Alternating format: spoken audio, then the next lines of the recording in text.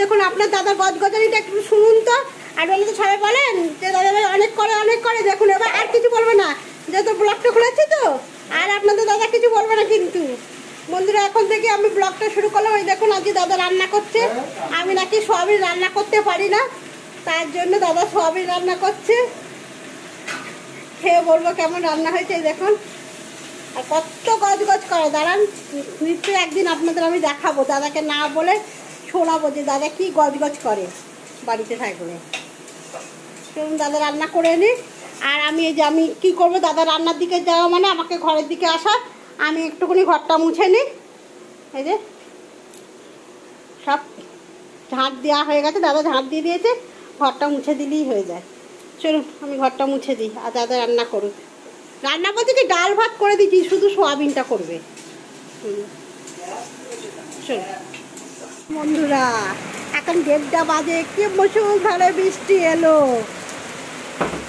খুব জোরে বৃষ্টি এসেছে। এই আমার বালতি পড়ে গেছে, যা এ বাবা ঝাঁটাও পড়ে গেছে। এখন হাওয়াও চালাচ্ছে আর তার সঙ্গে বৃষ্টি, বুঝছেন খুব জোরে বৃষ্টিটা এসছে। বন্ধুরা ঢুকে যাই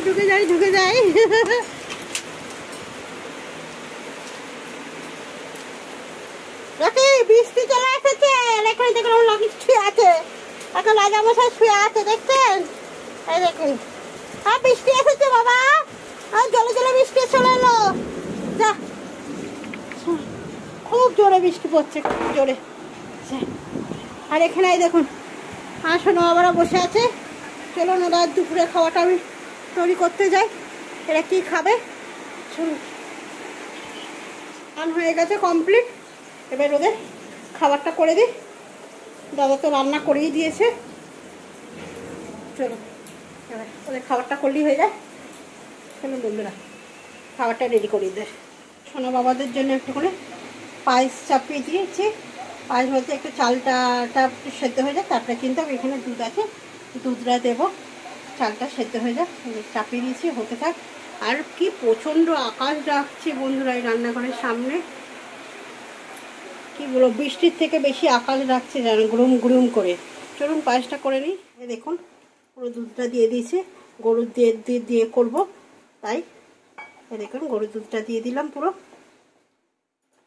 এবার দুধটা দিয়ে ভালো করে ফুটিয়ে নেবো, হতে থাক পুরো সেদ্ধ হয়ে গেলে।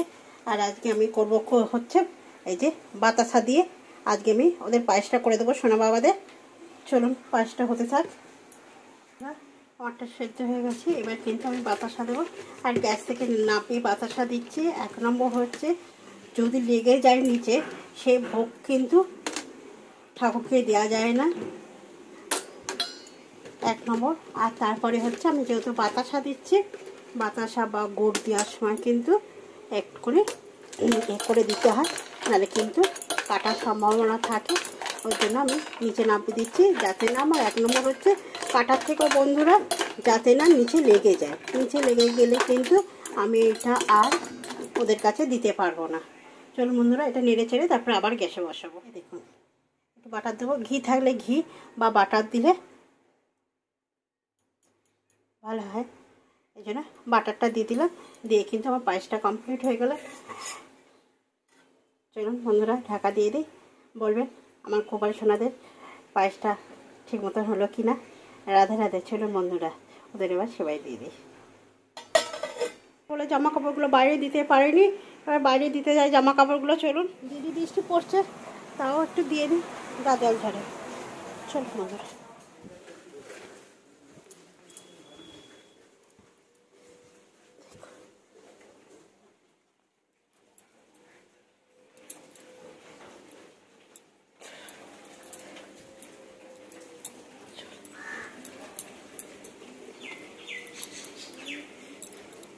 সকালে একটু ভিজিয়ে দিয়েছিলাম, ভেবেছিলাম চালের আগে একটু কেচে দেবো, কিন্তু এইরকম বৃষ্টি হবে একদম ঝরঝর করে বুঝতে পারিনি। চলুন সব শুকু দিয়ে দিই আস্তে আস্তে করে আমি জামা কাপড়গুলো।